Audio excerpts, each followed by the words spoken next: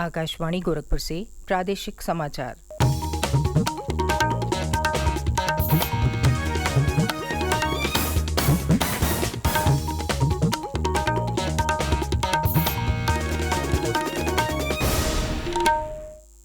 नमस्कार, समाचार बुलेटिन के साथ मैं सुकीर्ति असाना।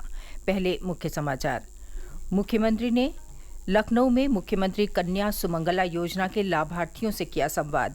अगले वित्तीय वर्ष से योजना के तहत बेटियों को 15,000 की जगह 25,000 रुपये देने की घोषणा की। मुख्यमंत्री योगी आदित्यनाथ ने बाराबंकी और गोंडा में बाढ़ प्रभावित क्षेत्रों का किया दौरा, वितरित की राहत सामग्री। मुख्यमंत्री योगी आदित्यनाथ ने रसोई गैस सिलेंडर के दाम को 200 रुपये सस्ता करने के लिए प्रधानमंत्री का जताया आभार। कहा, इससे प्रदेश के 1,75,00,000 से अधिक उज्ज्वला योजना के लाभार्थी सीधे तौर पर होंगे लाभान्वित। और बांदा में नदी किनारे लगे मेले में गए 5 बच्चे डूबे, 4 की मौत, 1 बच्चे की तलाश जारी।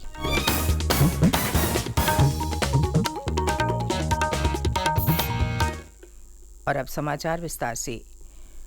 मुख्यमंत्री योगी आदित्यनाथ ने कल लखनऊ में मुख्यमंत्री कन्या सुमंगला योजना के लाभार्थियों से संवाद किया।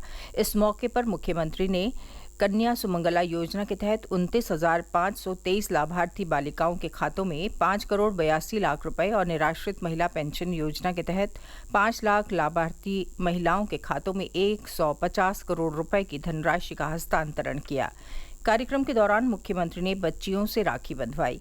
इस अवसर पर कैबिनेट मंत्री बेबी रानी मौर्य और राज्य मंत्री प्रतिभा शुक्ला प्रमुख रूप से मौजूद रहीं। कार्यक्रम में श्री योगी ने कहा कि माताओं बहनों की सेवा और उनके स्वावलंबन के लिए डबल इंजन की सरकार पूरी प्रतिबद्धता से कार्य कर रही है। डबल इंजन की सरकार का मानना है कि बेटी के साथ कोई भी भेदभाव किसी भी स्तर पर नहीं होना चाहिए। उन्होंने कहा कि अभी तक हम बेटियों को कन्या सुमंगला योजना के अंतर्गत 15,000 रुपये उपलब्ध करा रहे हैं, लेकिन अगले वित्तीय वर्ष में इसे बढ़ाकर रुपये 25,000 रुपये करेंगे। अभी तक हम 15,000 रुपए बेटी को कन्या सुमंगला योजना के अंतर्गत उपलब्ध करवा रहे हैं। और इस योजना के अंतर्गत जो मैंने आपको बताया, इस योजना में हम लोग अलग अलग चरणों में 2,000, 1,000, 2,000, 2,000, 3,000 और 5,000 6 चरणों में इस धनराशि को दे रहे थे, यानी बेटी को 15,000 का एक पैकेज दे रहे थे। लेकिन अगले वित्तीय वर्ष में 24-25 में हम इस राशि को 15,000 से बढ़ा के 25,000 रुपया करेंगे।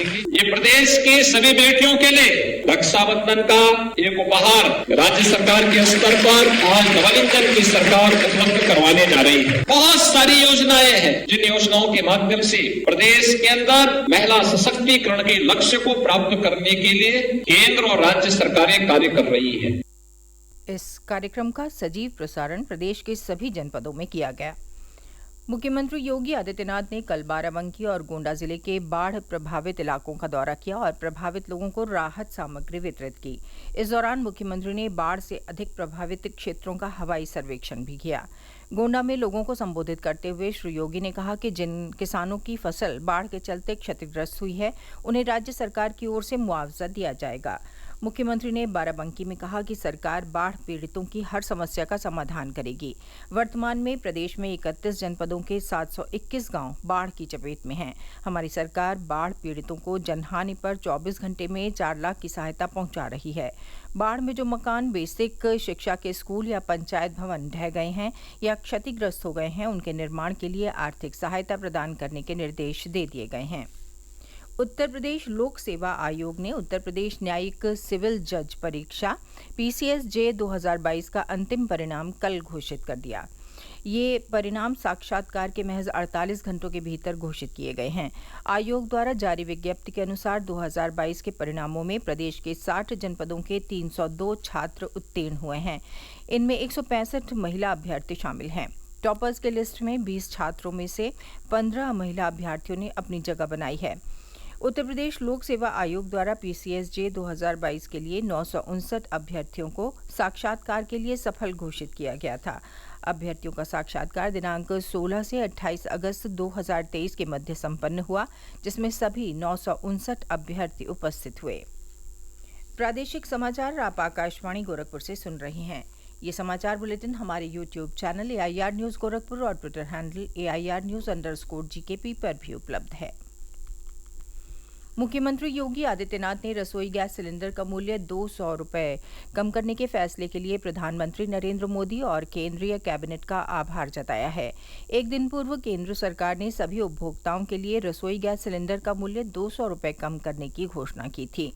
मुख्यमंत्री ने कहा कि उज्ज्वला योजना के लाभार्थियों को प्रति सिलेंडर 200 रुपये की अतिरिक्त सब्सिडी और 75 लाख नए कनेक्शन देने की घोषणा अभिनंदनीय निर्णय है। इससे प्रदेश के 1,75,00,000 से अधिक उज्ज्वला योजना के लाभार्थी सीधे तौर पर लाभान्वित होंगे। पशुधन मंत्री धर्मपाल सिंह ने पशुओं में लंपी रोग पर नियंत्रण और बचाव के लिए 5 से 12 सितंबर तक प्रदेश में वृहद अभियान चलाने के निर्देश दिए हैं। उन्होंने कहा कि लंपी रोग से प्रभावित क्षेत्रों में प्लान बनाकर वैक्सीन लगाई जाए। अभी तक 39 जनपदों में 711 पशु लंपी रोग से प्रभावित हैं और 7 की मृत्यु हुई है। हापुड़ में अधिवक्ताओं और पुलिस के बीच हुई झड़प सहित पूरे मामले की जांच के लिए सरकार ने एसआईटी का गठन किया है। एक दिन पूर्व वहां अधिवक्ताओं के प्रदर्शन के दौरान पुलिस की ओर से किए गए लाठीचार्ज में 30 अधिवक्ता घायल हो गए थे। इस दौरान 8 पुलिसकर्मियों को भी चोटें आई थीं। अधिवक्ता बीती 25 अगस्त को एक महिला अधिवक्ता और उसके पिता पर विभिन्न धाराओं में मुकदमा दर्ज किए जाने के विरोध में प्रदर्शन कर रहे थे। वरिष्ठ पुलिस महानिदेशक कानून व्यवस्था प्रशांत कुमार ने बताया कि मंडलायुक्त मेरठ की अध्यक्षता में बने विशेष जांच दल के सदस्य आईजी मेरठ और डीआईजी मुरादाबाद होंगे। ये समिति 7 दिनों के भीतर पूरे मामले की जांच करके अपनी रिपोर्ट पेश करेगी।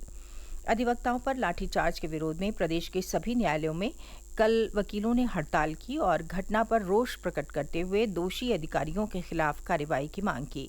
हापुड़ में अधिवक्ता अनिश्चितकालीन हड़ताल पर हैं। बुलंदशहर और मेरठ के अधिवक्ता भी उन्हें समर्थन दे रहे हैं।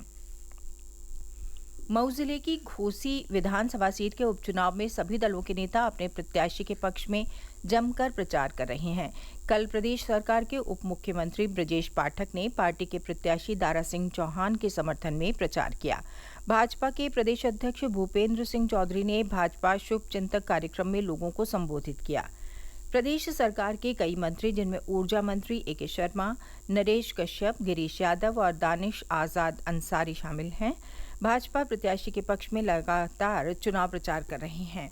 आगामी 2 सितंबर को मुख्यमंत्री योगी आदित्यनाथ की भी घोसी में रैली प्रस्तावित है। वहीं दूसरी तरफ समाजवादी पार्टी के तमाम वरिष्ठ नेता अपने उम्मीदवार सुधाकर सिंह के पक्ष में प्रचार कर रहे हैं। इस विधानसभा सीट पर 5 सितंबर को वोट डाले जाएंगे। प्रदेश भर में रक्षाबंधन का त्योहार कल से ही हर्षोल्लास के साथ मनाया जा रहा है। ज्योतिषाचार्यों के बताए मुहूर्त के अनुसार आज सुबह भी बहनों ने भाइयों की कलाई पर रक्षा सूत्र बांधा और भाइयों ने उन्हें उपहार के साथ रक्षा का वचन दिया। राज्यपाल आनंदीबेन पटेल और मुख्यमंत्री योगी आदित्यनाथ ने रक्षाबंधन पर प्रदेशवासियों को बधाई दी है। राज्यपाल ने अपने बधाई संदेश में कहा कि रक्षाबंधन प्यार के धागों का ऐसा पर्व है जो घर घर ही नहीं बल्कि समाज और राष्ट्र में मानवीय रिश्तों में नवीन ऊर्जा का संचार करता है। वहीं मुख्यमंत्री ने अपने बधाई संदेश में कहा कि रक्षाबंधन भाई बहन के स्नेह और विश्वास का त्योहार है। ये पर्व कर्तव्य, आत्मीयता, त्याग, सामाजिक एकता और सद्भाव की भावना का प्रतीक है। बांदा के पैलानी थाना क्षेत्र स्थित सिंधन कला गांव में रक्षाबंधन के उपलक्ष्य में नदी किनारे आयोजित कजली मेले में शामिल होने गए 4 बच्चों की कल डूबने से मौत हो गई, जबकि एक बच्चे की अभी तलाश की जा रही है। मृतकों में 2 लड़के और 2 लड़कियां शामिल हैं। प्रशासन के मुताबिक हादसा कजली विसर्जन के दौरान हुआ। अंत में मुख्य समाचार एक बार फिर। मुख्यमंत्री ने लखनऊ में मुख्यमंत्री कन्या सुमंगला योजना के लाभार्थियों से किया संवाद। अगले वित्तीय वर्ष से योजना के तहत बेटियों को 15,000 की जगह 25,000 रुपये देने की घोषणा की। मुख्यमंत्री योगी आदित्यनाथ ने बाराबंकी और गोंडा में बाढ़ प्रभावित क्षेत्रों का किया दौरा, वितरित की राहत सामग्री।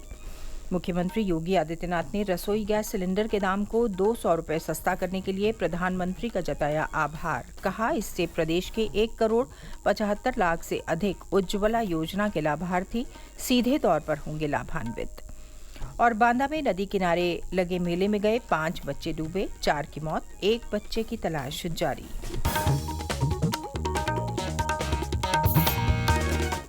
इसके साथ ही ये समाचार बुलेटिन समाप्त हुआ। नमस्कार।